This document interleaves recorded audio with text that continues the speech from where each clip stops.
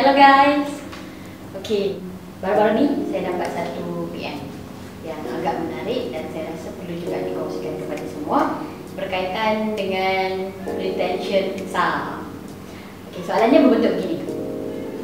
Puan, saya telah diberikan deposit rumah oleh Peguam, tapi sepatutnya saya dapat deposit berjumlah 7%, tapi saya cuma dapat 4% sahaja. Kenapa ya Puan? Dan saya tanya, ada tak lawyer bagi tahu apa-apa ataupun explain kenapa sepatutnya Puan terima 7% tapi end up dapat 4% saja? Ada. Beliau jawab 3% tersebut perlu diberikan kepada lembaga hasil dalam negeri sebagai ataupun untuk tujuan cukai keuntungan harta tanah. Okay, now we come to our topic today. So, topik kita berkaitan dengan retention sum. Apa pula retention sum? Okay, tuan-tuan perempuan, bila kita involve dalam satu-satu urusan jual beli harta tanah, mesti akan mendengar perkataan-perkataan seperti retention sum, deposit sum, earnest deposit, balance purchase price. Ini semua kita akan dengar. So salah satu yang agak unfamiliar saya rasa adalah retention sum. So apa itu retention sum? So retention sum bermaksud sejumlah wang yang perlu didepositkan kepada lembaga hasil dalam negeri bagi tujuan cukai keuntungan harta tanah. Cukai keuntungan harta tanah adalah satu cukai yang perlu dibayar oleh pihak penjual kepada lembaga hasil dalam negeri berdasarkan keuntungan yang diperolehi daripada hasil penjualan harta tanah penjual. So itu adalah cukai keuntungan harta tanah yang mungkin saya boleh kongsikan di video yang lain. Sekarang kita fokus kepada retention sum terlebih dahulu. Okey, so berapa pula amount retention sum ni Puan? Retention sum yang perlu dibayar kepada lembaga hasil dalam negeri adalah 3% untuk individu warga negara Malaysia, 7% bagi bukan warga negara Malaysia dan juga bukan pemastautin tetap. Okey, 3% daripada mana Puan? Based on deposit, based on earnest deposit ataupun balance purchase price? Okey, 3% daripada jumlah harga jual beli. Saya bagi contoh. For example, harga jual beli tuan-tuan perempuan yang statetkan di dalam perjanjian jual beli adalah sebanyak RM100,000. 3% daripada RM100,000 bersamaan dengan RM3,000. Itulah jumlah yang perlu didepositkan kepada lembaga hasil dalam negeri sebagai retention sum.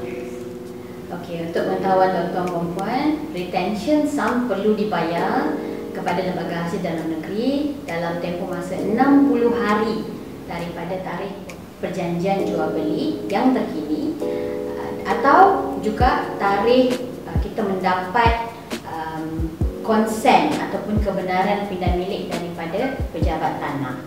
Kegagalan membuat pembayaran retention sum kepada lembaga hasil dalam negeri dalam tempoh yang ditetapkan iaitu 60 hari daripada tarikh pemberolehan, yang itu akan menyebabkan tuan-tuan perempuan sebagai penjual terpaksa membayar pula penalti yang telah ditetapkan. So, kalau boleh, elakkan dan bayar dalam masa yang ditetapkan. Retention sum perlu dibayar oleh pihak peguam menggunakan borang yang dipanggil borang 502.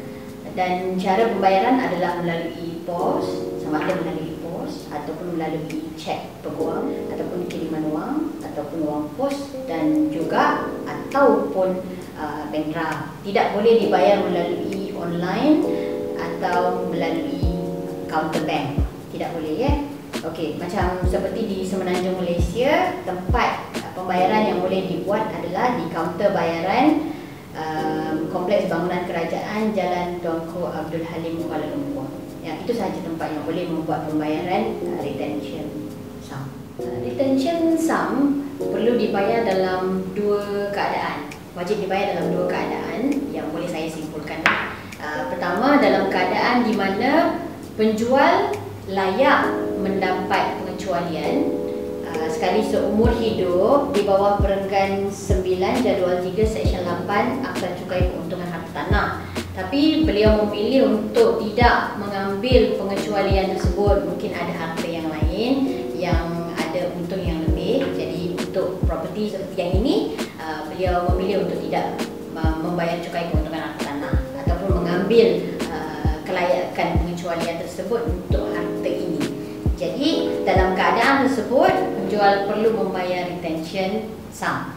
Okey, dan dalam keadaan yang kedua adalah di mana penjual memang langsung tidak layak untuk mendapat apa-apa pengecualian di bawah Akta Cukai Keuntungan Harta Tanah.